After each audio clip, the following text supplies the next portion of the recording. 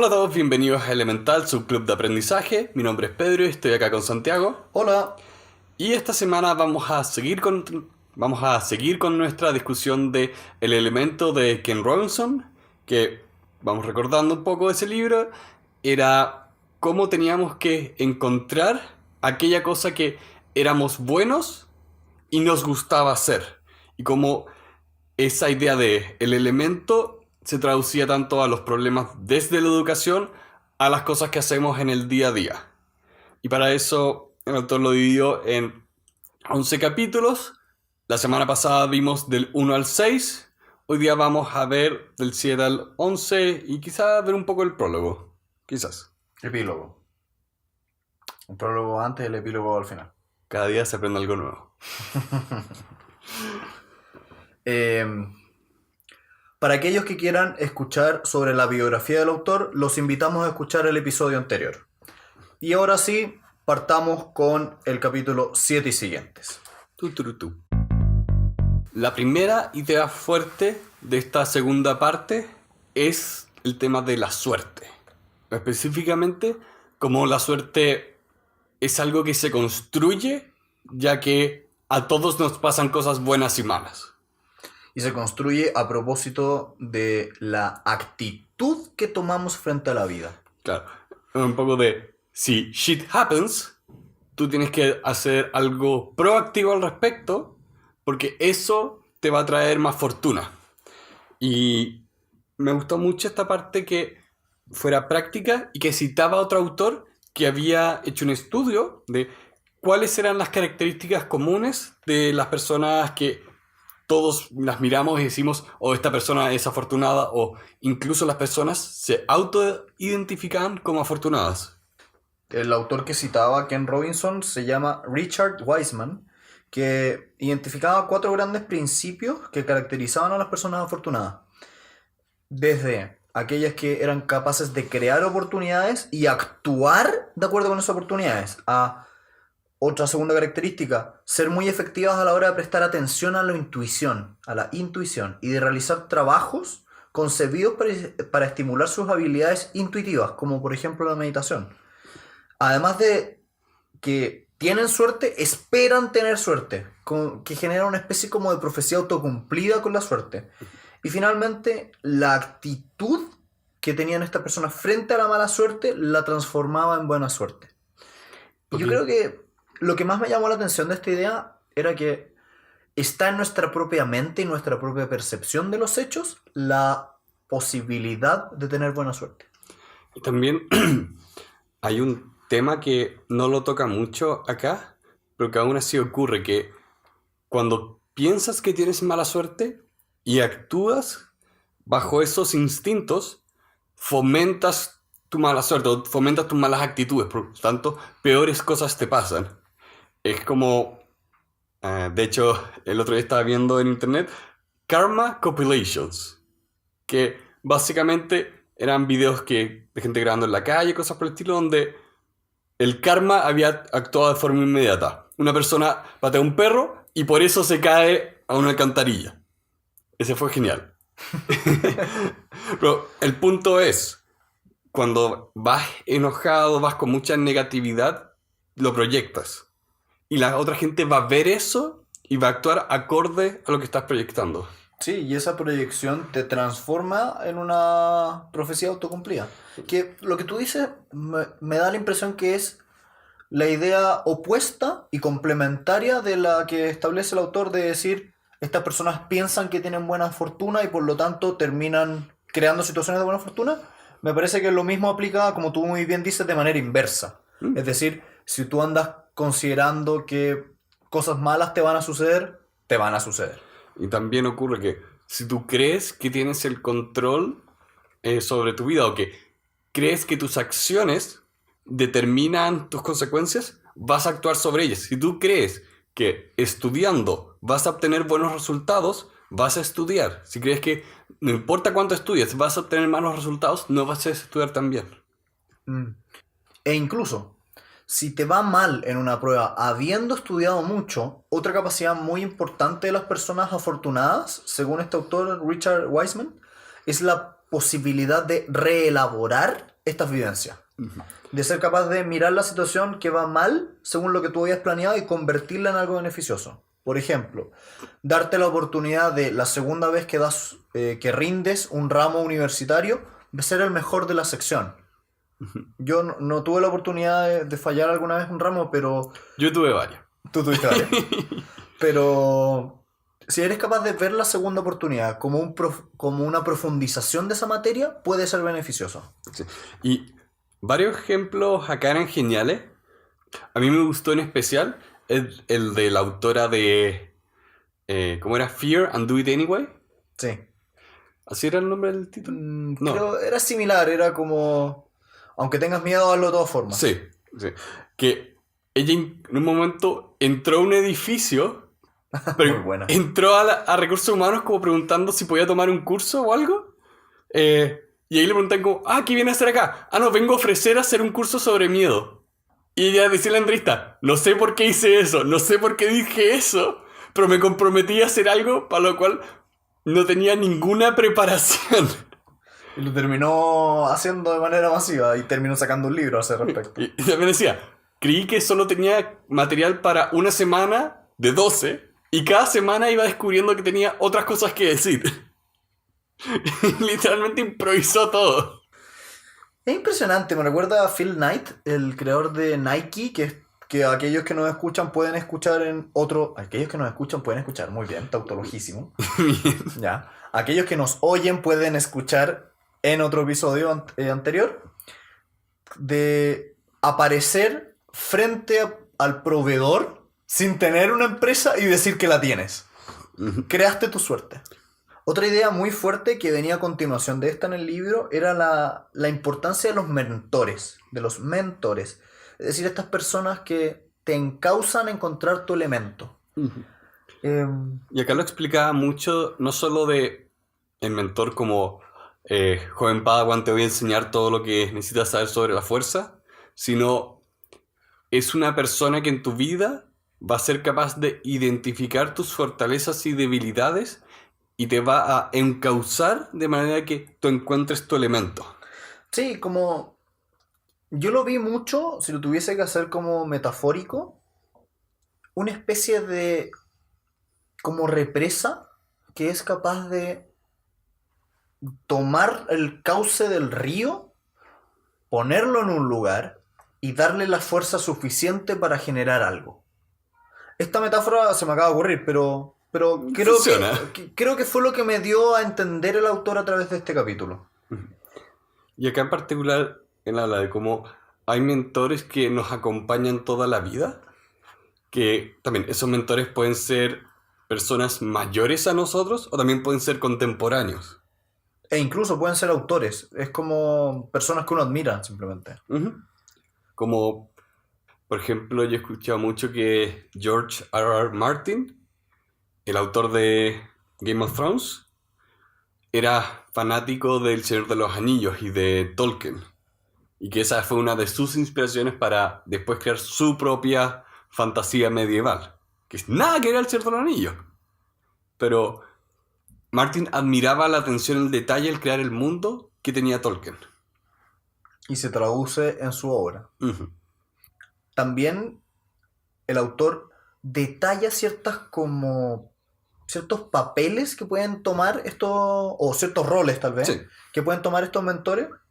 Uno de ellos era el reconocimiento, que era esta aptitud de identificar lo que el resto de las personas no es capaz de ver en ti. Y siento que este tipo de mentor es muy valioso. Muy valioso. El que es capaz de ver el diamante en bruto que está escondido. Porque la semana pasada vimos la sección del libro que hablaba de que la sociedad, nuestros amigos, nuestra familia pueden ser una mala influencia en nuestras vidas para encontrar el elemento. Y es por eso que es realmente importante que una persona sea capaz de creer en ti y verte e identificar que hay algo que solo tú puedes hacer. De hecho, yo creo que dijiste la palabra clave, creer en ti. Yo creo que ese es el rasgo diferenciador de un mentor que es capaz de ser el que reconoce en ti algo. Porque cree en ti.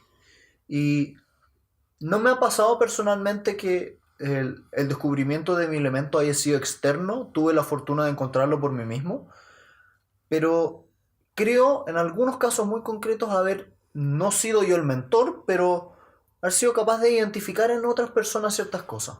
Y he generado cambios de disciplina en cuanto a colaboradores míos en el trabajo, que reconocieron que yo vi que ellos tenían un talento y después ellos lo reconocieron en sí mismos. Entonces, como tú decías hace un minuto, hay mentores de toda la vida, pero también hay mentores del minuto. Mentores, personas que en un momento de tu vida fueron claves. Sí.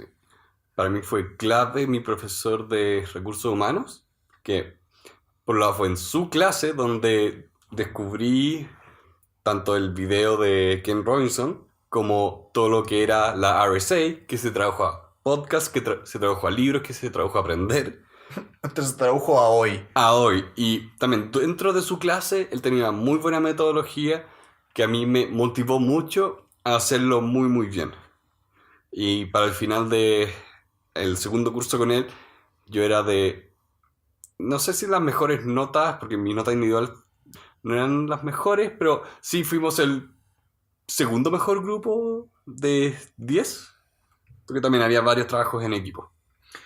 Esto se relaciona mucho con este segundo tipo de mentor que se menciona, que es aquel que estimula, que es aquel que te hace creer que lo que es imposible o improbable, en verdad es capaz de hacerse. Estamos on fire hoy día. Estamos con unas transiciones maravillosas. ¿Tú te acuerdas en Cosmos cuando Neil deGrasse Tyson habla como él conoció a Carl Sagan? Solamente contextualizando, esto es un programa de televisión que lo pueden encontrar en Netflix. ¿Ya? Sí, me acuerdo. Sí. Y también, ese programa de televisión tuvo una versión anterior con Carl Sagan. Carl Sagan era famoso por ser no ser solo un científico, sino que también ser un comunicador. Y Neil deGrasse Tyson, que hizo la nueva versión de ese programa, contaba su experiencia personal con él, como Carl Sagan fue tan amable con él, que él decía, yo ya sabía que quería ser un científico cuando conocí a Carl Sagan, pero ahora, por ese momento descubrí qué clase de científico quería ser. Estimulador. Estimulador. Y Neil deGrasse Tyson hoy en día es de los mejores comunicadores de ciencias que existen. Y tiene voz de mermelada. Sin comentarios. Otro tipo de mentor muy interesante que... Te rompí. No, es que es muy bueno, pero sin comentarios.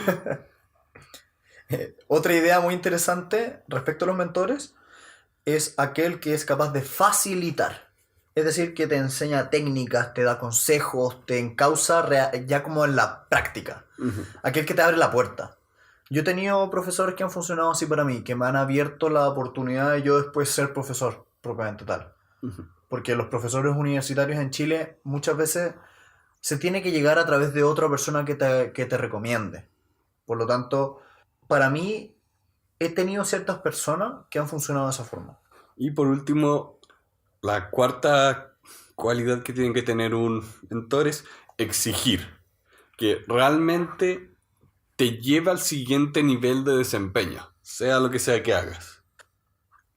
La distinción final que hace este capítulo es la diferencia es entre un mentor y un héroe. Y cómo nosotros podemos admirar personas y eso se convierte en nuestros héroes, pero un mentor tiene que ser algo más cercano.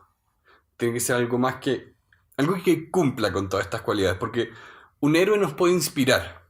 Un mentor va a ser estas 4 cosas que mencionamos. Y más. Otra pregunta interesante de este libro ¿es demasiado tarde para encontrar tu elemento? Obviamente la respuesta es no, pero creo que es importante dejar en la superficie este tipo de ideas, porque habitualmente a medida que las personas pasan una determinada cantidad de años de vida, tienden a creer que se acabó su oportunidad. Empiezan a decir, yo quería hacer tal cosa y ya no lo hice. Lo cual es una lástima porque tantas grandes obras, tantos grandes emprendimientos, tantas grandes ideas nacieron de personas con mucha edad. Entonces, ¿cómo es posible que te cierres a encontrar la posibilidad de encontrar lo que te gusta y que eres bueno, aunque tengas 100 años? Hay muchos, y de hecho, De hecho, acá el autor distingue que si bien hay disciplinas que sí, se te puede haber pasado la oportunidad, como puede ser las Los- Olimpiadas, sí, los deportes en general. él decía, también hay muchas disciplinas que con la edad tú puedes ir mejorando. Como serían cosas que requieran mucho conocimiento, sabiduría, años de estudio. Experiencia, Exacto. entiéndase las humanidades, las matemáticas, habilidades que en definitiva, a medida que más has visto, más sabes. Aunque incluso, impresionante, las matemáticas tienen un pic de edad entre los 20 y los 30. Mm, Los genios matemáticos hacen su mejor trabajo y más original entre los 20 y los 30. Y aún así, eso no significa que después no hayan hecho nada. Porque Einstein, su trabajo revolucionario fue en esa edad como en esos años de oro. Después hizo todo el resto de su trabajo. Y de las personas notables en la historia es este estadounidense de la Revolución Americana, con el tejito. Franklin. Benjamin Franklin, ¿ya? Benjamin Franklin hizo todo su trabajo por el cual es famoso después de los 40, cuando había hecho ya su fortuna. De hecho, muchas personas, el libro de hecho habla de eso, encuentran verdaderamente su vocación a una edad vieja, sobre todo en las áreas de la, por ejemplo, humanidades.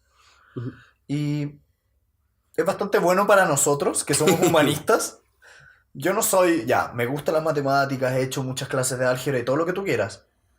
Pero en estricto rigor yo soy humanista de fondo. Por lo tanto, qué bueno para nosotros saber que este tipo de habilidades va a ir mejorando con los años, ¿no es cierto? Pero también el autor da muchos ejemplos de otras cosas, donde personas casi que a los 70 años descubrían que tenían habilidades que no habían explotado. Mucha de la innovación viene de la capacidad de juntar dos disciplinas o de capacidades creativas, y esas no tienen edad en la medida que tú entrenes tu capacidad para hacer esas conexiones. Es cosa de pensar de que toda la tecnología que usamos actualmente la inventó gente que nos duplica o triplica en edad. Acá es cuando habla de que puedes hacer tu elemento y otra cosa al mismo tiempo. Es en el episodio No siguiente. sé. Ya que estamos en eso, la siguiente idea fuerte de este libro tiene que ver con los amateurs o novatos y los pro o los profesionales. El autor dice, muchas personas perciben a los amateurs como personas que hacen un trabajo de características inferiores, de calidad inferior. Y si es que tú haces algo que está fuera de tu profesión, como hobby, como amateur, pero en realidad es algo que está dentro de tu elemento, muchas veces pasa a ser lo que el autor te llama como un pro-am, De pro como amateur. de pro-amateur. Una persona que no obstante no dedicarse a eso a tiempo completo y a hacerlo como su hobby, lo hace tan bien, porque lo ama, que la calidad del producto creado es muy alta. Y de hecho, hoy en día con Internet y en la forma en que funciona Internet, se ha democratizado tanto el plano de juego que realmente cualquier persona puede partir con un hobby y convertirlo quizá no en una profesión, pero en algo suficientemente bueno como para seguir haciéndolo para el resto de su vida. Que unas cosas que acá él mencionaba y que daba también, de nuevo, muchos ejemplos de personas que lo han hecho, que si bien no renuncian a sus trabajos, descubren su elemento y a través de su elemento le dan riqueza a su vida. Que eso era algo muy importante acá. Sí, y de hecho, encontrar un hobby, el autor lo reconoce, encontrar un hobby que se encuentre dentro de tu elemento, incluso te puede ayudar a sobrellevar de mejor manera ese trabajo que te da de comer, que no te gusta tanto. Y yo diría que es muy cierto. Yo lo he vivido en carne propia donde he estado trabajando en lugares donde me gustan pero no me apasionan y tener un proyecto paralelo que sí me apasiona y que hace muy llevadero la rutina, digamos. Él acá incluso habla de una... no tengo el nombre escrito al frente, pero era una mujer que toda su vida soñaba con trabajar como ejecutiva. Decía, yo me miraba a mí mismo con ropa formal mandando gente en una empresa. Y haciendo eso, que le gustaba, descubrió que también le gustaba bailar. Y creo que también ganó varios premios bailando. Mm. O puede que lo esté confundiendo con otra del mismo libro. El punto es, ella se encontraba en su elemento con esta segunda actividad y no renunciaba a la primera porque también le gustaba. Es que ese es el tema. Este libro encuentro que es muy amable en cuanto a los términos que usa, como de no son absolutos, esto no es un dogma y es importante que hagas la exploración interna y que enriquezcas tu vida. Y este para mí fue la idea que más cementó eso, de que es importante enriquecer tu vida, no enriquecerte. Mm. De hecho, hace la distinción entre... Es importante mantener un equilibrio entre ganarse la vida y vivir la vida. Exacto. Yo pienso en mi abuelo que su elemento definitivamente fue la medicina. Eso está fuera de duda, hizo lo que amó toda su vida. Pero ahora está en un momento donde apenas puede ejercerlo. La edad le quitó su elemento. Él es una persona de casi 90 años. Ya no puede ejercer, aunque sea diabetólogo, apenas puede ejercer. Entonces es importante cultivar cosas que te puedan acompañar la mayor cantidad de tiempo posible. Es cultivar una buena vejez. Y también la posibilidad de reelaborar tu elemento a medida que pasan los años. Hay una frase de otro autor, de otro libro que se llama Les Brown, que dice: si los sueños no cambiaran, todos seríamos bomberos y astronautas. Exacto. Y por último, el autor vuelve a educación. Y el problema que hay en la educación que no estamos logrando ayudar a todas las personas a encontrar su elemento. Y de hecho él dice, muchas de las personas de este libro que encontraron su elemento, lo encontraron después de haber pasado por la educación tradicional o a pesar de la educación tradicional. Sobre todo a pesar de... Exacto. Y bueno, eso se amarra mucho a lo que fue su charla que lo hizo famoso de son los colegios lugares donde se destruye la creatividad. Porque uno de los problemas que tiene la educación moderna es que la estandarización está destruyendo la motivación, la creatividad y está haciendo que todo el proceso deje de funcionar como debe funcionar. De nuevo, me encanta cómo escribe él y él aclara que la educación viene de hace muchos años y hay mucha gente que ahora se puede educar que antes no podría. Así de simple. Pero no está siendo capaz de adaptarse como sistema a los desafíos del siglo XXI, al entorno que es el siglo XXI. El autor hace una disquisición histórica sobre de dónde viene nuestro sistema educativo moderno y lo enfoca en Inglaterra del siglo XVIII, Revolución Industrial. Y dice, nuestra educación actual es un fiel reflejo de la fábrica de la industrialización, de segmentar a los alumnos por edad, como si su fecha de fabricación fuese lo más importante. Utilizar campanas como las campanas de las industrias por lo general. Utilizar estandarización de los sistemas de medición, porque es lo mismo que tú haces con la evaluación de calidad de tus productos. A nivel personal, pienso varios ejemplos de dónde esto pasaba, de que yo tuve problemas para aprender a leer y escribir. Así que tuve que repetir un año. Bueno, mi edad no fue tan importante como mi nivel de maduración. Madurez. Gracias. Y también tengo un amigo que aprendió a leer 3 años antes que yo. Tachu. Yo también creo que yo también aprendí como 3 años antes que tú. Bien. Pero el punto es, la fecha de nacimiento no es un buen estándar de medición de madurez o de aptitudes para la educación tradicional. De hecho, hay otras charlas de otros autores, charlas TED, que han experimentado con la idea de hacer grupos de estudio con diversas edades, con muy buenos resultados, sobre todo en India. Voy a buscar la charla en una de esas, la podemos poner en las notas, pero se ha probado que se pueden obtener muy buenos resultados a pesar de tu edad disímil con la de tu compañero. Incluso en este mismo libro daba un ejemplo de un programa que ponían los jardines infantiles en la mitad de los centros de retiro. Cosa que tenías a personas que vivían en estos hogares de retiro al lado de estos jardines infantiles y cómo estas personas, por entusiasmo personal, se acercaban a ofrecer ayuda a los profesores, como, hey, necesitas ayuda, y empezaron todo un programa que no solo beneficiaba a los niños porque tenían más gente que los pudiera cuidar, podían aprender de gente mucho mayor a ellos. Había una conexión especial, de hecho el autor lo menciona, de que como hay una conexión especial entre la gente muy pequeña y la gente muy grande. Y yo pienso, mi relación con mi abuelo, me imagino que te pasó algo así con tu abuelo, que tenías una conexión distinta, y que también esto impactaba de manera positiva a esta gente mayor, de que bajaba el consumo de analgésicos y medicamentos porque su vida se enriquecía mucho.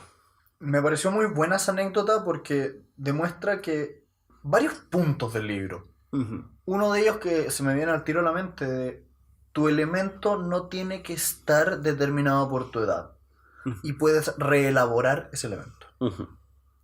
Otro fenómeno que me llamó mucho la atención y que es una idea muy interesante del libro es cómo han perdido valor los títulos universitarios a lo largo del tiempo y cómo se ha ido como inflando la necesidad de títulos para llegar a una determinada vocación o trabajo.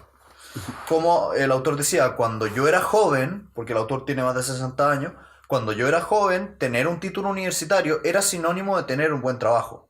Hoy en día está repleto de universitarios con títulos universitarios sin un buen trabajo. Y al mismo tiempo, falta gente universitaria. Y a mí me encantó como en el mismo libro presentaba los dos problemas de no tenemos suficientes personas capacitadas para los problemas que se vienen, nos sobra gente con títulos universitarios. Y como la habilidad de la creatividad, que es la que el autor dice que es la que va a ser más importante en un futuro, no se enseña realmente en las universidades. No. A mí me pasó que solo cuando llegué al máster, y también en algunos ramos en particular antes, pero solo en el máster tuve una completa experiencia donde sentí que estaba desarrollándome y aprendiendo y preparándome para lo que viniera. Y en esta parte el autor entra con la reforma a la educación propiamente tal. Y explica que en el mundo existen tres grandes sistemas importantes de la educación. El plan de estudios, que es aquello que el sistema espera que aprenda el alumno. La pedagogía, que es el proceso mediante el cual el sistema ayuda a los estudiantes a aprender este plan de estudios. Y la evaluación, el proceso de medir lo bien que están haciendo este aprendizaje. Entonces, curriculum, teacher y... ¿Cuál era el tercero? Evaluación. Sí, pero quería usar el lenguaje que él usaba. Es que yo lo leí en español. Ah, bueno. No, era por referencia nomás, no importa. En el mundo, el autor explica que las grandes reformas a la educación se enfocan en el plan de estudios y la evaluación, dejando muy de lado la pedagogía. Y olvidan que realmente la educación tiene que ver con pedagogía. Y es la gran crítica que hace al sistema educativo moderno. Es que es un sistema desbalanceado que es ridículo porque trata de aplicar objetividad donde realmente es difícil hacerlo porque mientras más arriba vayas, menos puedes atender casos particulares. La idea que desde arriba de tu sistema todo tiene que ser objetivo es muy difícil. Es un desafío que no vale la pena perseguir realmente. Es la pregunta incorrecta. ¿Qué pasa si los profesores son mejores? O el ambiente donde las personas estudian es mejor. Él citaba acá mismo las cifras de deserción escolar y eran muy grandes. Las cifras de deserción escolar son inaceptables. Y yo pienso que quizás, especialmente para gente en condiciones vulnerables, sea más conveniente que la institución del colegio sea un lugar para acogerlos más que para educarlos, si es que eso significa que se alejan de las calles y de cualquier entorno que puede ser muy malo. En la misma línea, el autor nos cuenta sobre distintos modelos, que yo diría modelos inspiradores, Ujú, como ejemplos de que la pedagogía puede ser distinta, siendo uno de ellos el enfoque Reggio, de Reggio Emilia, un lugar en Italia, ujú. donde los profesores no tenían un currículo, sino que hablaban de solamente lo que a los alumnos les interesaba, hacían proyectos a lo largo del año y era excesivamente interdisciplinario. Y Ujú. como esos mismos colegios eran los que tenían las calificaciones más altas en las pruebas estandarizadas, dentro de otros. Dentro de otro, exacto. Y también hacía recomendaciones concretas para mejorar la educación.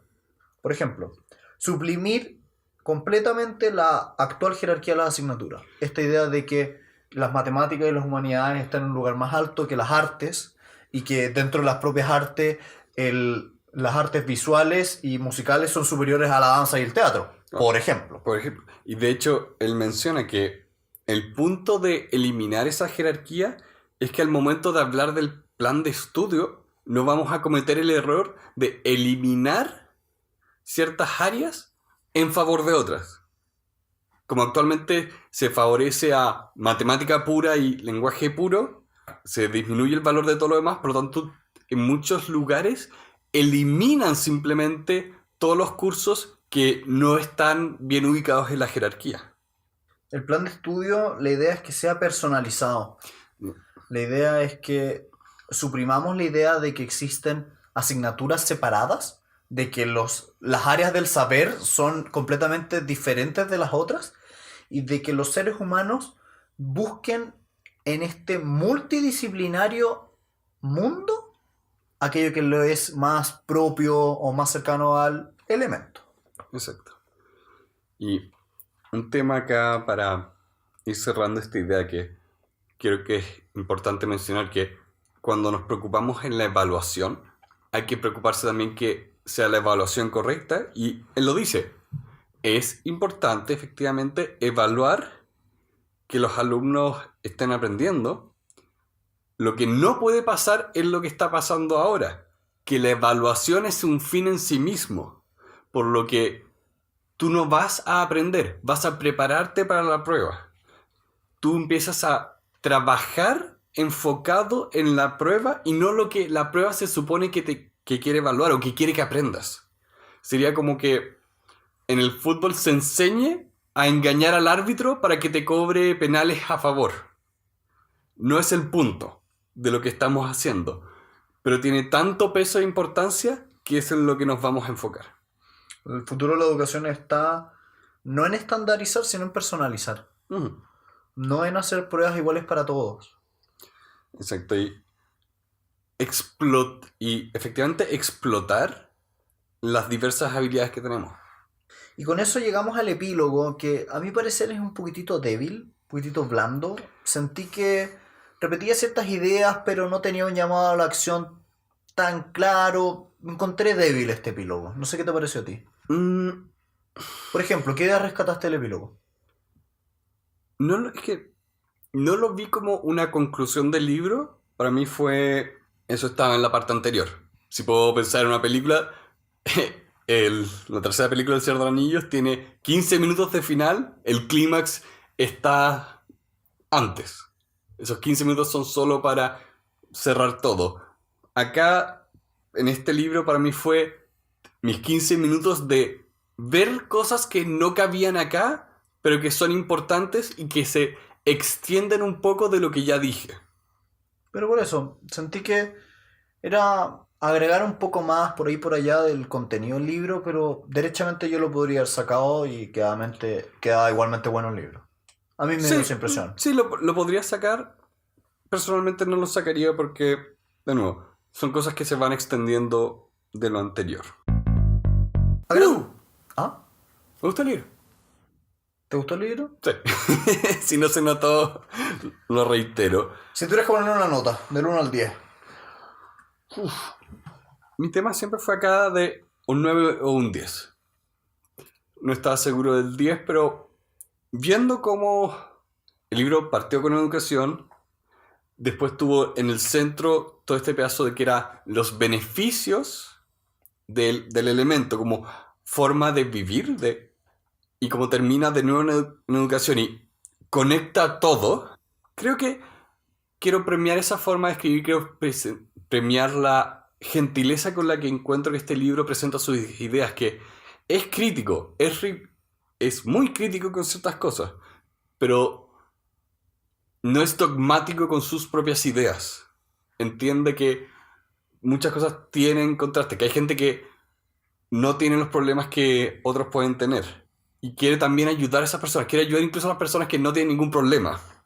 Por eso y porque también presenta la idea más importante de que tenemos que empezar a discutir cómo vamos a enseñar hacia el futuro. Creo que para mí esto es un 10. Porque tiene una recursividad que me gustó mucho y habla de ideas muy positivas, muy fuertes, de una manera que no es como un libro de autoayuda. No es como, oh, es que es bonito estar feliz. Acá esto es muy académico, es muy sistemático, es muy flexible también. Así que con eso me quedaría tranquilo con un 10. Siento que si lo explico más me voy a empezar a repetir. Así que dispara. Para mí personalmente este es definitivamente un 10. Este es un libro que yo he revisitado ya 3 veces. Lo leí una primera vez hace unos 5 años, lo volví a leer hace unos 2, lo vuelvo a leer hoy. Y cada vez encuentro cosas nuevas. Por lo tanto, es muy buen libro para entregarte mensajes y ser completamente rico en ideas a pesar de que vuelvas en muchos años. Es un libro que yo definitivamente recomendaría a toda persona que está en un momento, ya sea de crisis vocacional, de encontrarse uno mismo, o derechamente a aquellas personas que están dejando su último año escolar a puertas de entrar a la universidad y decidiendo cuál quiere ser su destino o carrera. Yo, este libro, en Chile tenemos muchos años de enseñanza escolar y básica y después tenemos una enseñanza universitaria. El último año de esa enseñanza escolar yo creo que este libro debería estar ahí, entregárselo a todos los alumnos para que todos ellos busquen con esta idea de lo que te gusta y lo que eres bueno, cuál es su futuro universitario. Sí, incluso yo pienso cómo funciona la enseñanza media o incluso la básica y cómo acá en uno de los ejemplos que daba el libro los mismos niños estaban a cargo un poco del colegio. No tanto así de... No entrar en el detalle si era así también del currículum, pero sí estaban al cargo del colegio. Les daban responsabilidades y actividades de juego que los motivaba a ser responsables, los motivaba a ser adultos. Es un poco cuando los niños juegan a la casa, juegan a ser adultos y esa es su forma de aprender el mundo que les va a tocar después. Y me encanta la idea también de el futuro de la educación es la personalización de la educación. Y creo que eso es algo que se aplica acá, algo que se ve en ya muchos lados. No entramos mucho en detalle, pero el libro también habla de varios problemas críticos que tiene el sistema educacional actual. Y a mí me dio la impresión de que acá Ken Robinson quería balancear el desbalance que hay actual. Y voy a poner las notas a un par de programas que he visto que hablan de educación antes para que se den cuenta de la extensión en algunas partes del problema de la estandarización, de la malla curricular y de las evaluaciones y cómo a veces hay muchos conflictos de interés de por medio. Eh, el tema da para mucho. Si tuvieras que elegir una idea fuerte, ¿cuál fue la que más te gustó del libro? La diferencia de enriquecerse y tener una vida rica, porque encuentro que es una idea que se aplica a todas las personas, de que esto se trata de enriquecer tu vida. El elemento es algo que haces, entre comillas, para ser feliz. Y que tú puedes... a veces las circunstancias no se dan. Y este libro reconoce que a veces no se van a dar las circunstancias como para que tú trabajes en esta cosa que amas. Que vas a tener que tener un trabajo aburrido. Pero eso no significa que todo el resto de tu vida tenga que ser aburrida. Vamos, dispara.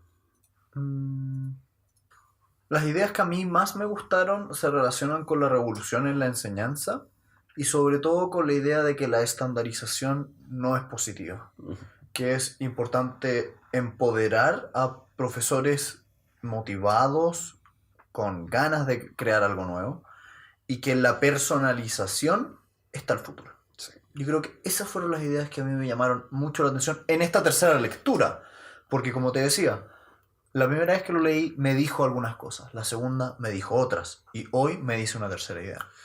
Él hace esto muy bien de definir cuáles son los problemas de la educación, abordarlos y abordarlos más allá de la educación. Y de verdad siento que en cada capítulo puedo sacar una enseñanza magnífica. Así que eso hace difícil escoger uno.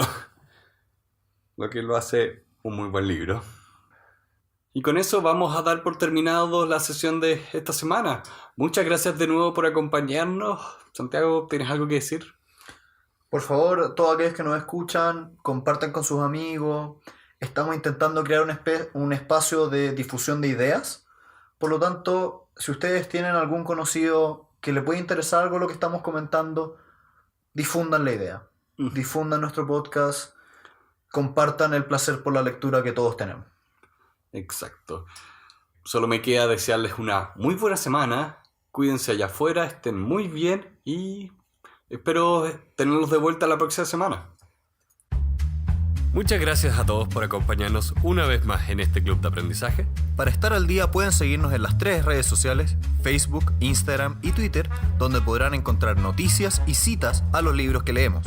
Los invitamos a compartir con todos sus amigos este episodio para difundir sus ideas y hacer de este un mundo mejor. Les pedimos que nos dejen sus comentarios y opiniones en nuestras redes sociales y en particular las aplicaciones Apple Podcasts y Overcast si están en iPhone y Podbean y Stitcher si es que están en Android. Finalmente, los invitamos a suscribirse a nuestra comunidad en la aplicación de su preferencia. Muchas gracias a todos aquellos que forman parte de este club de aprendizaje. Que estén muy bien. Oye, Chile está en la caca, parece. ¡Estamos en la B! Bueno, no va a quedar fuera del mundial,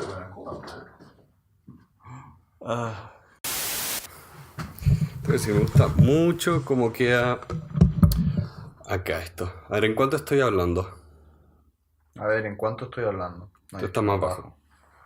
Estoy harto más bajo, de hecho. A ver, lo sacamos para acá. Ahí. La. A ver, ¿cómo era? Pollito. 3 tristes trigo tragan en un trigal. La. Ya, estamos Sí, está no, bien. estamos bien. Ya. Yo soy ruidoso. Gritón, quisiste decir. Gracias. Dale.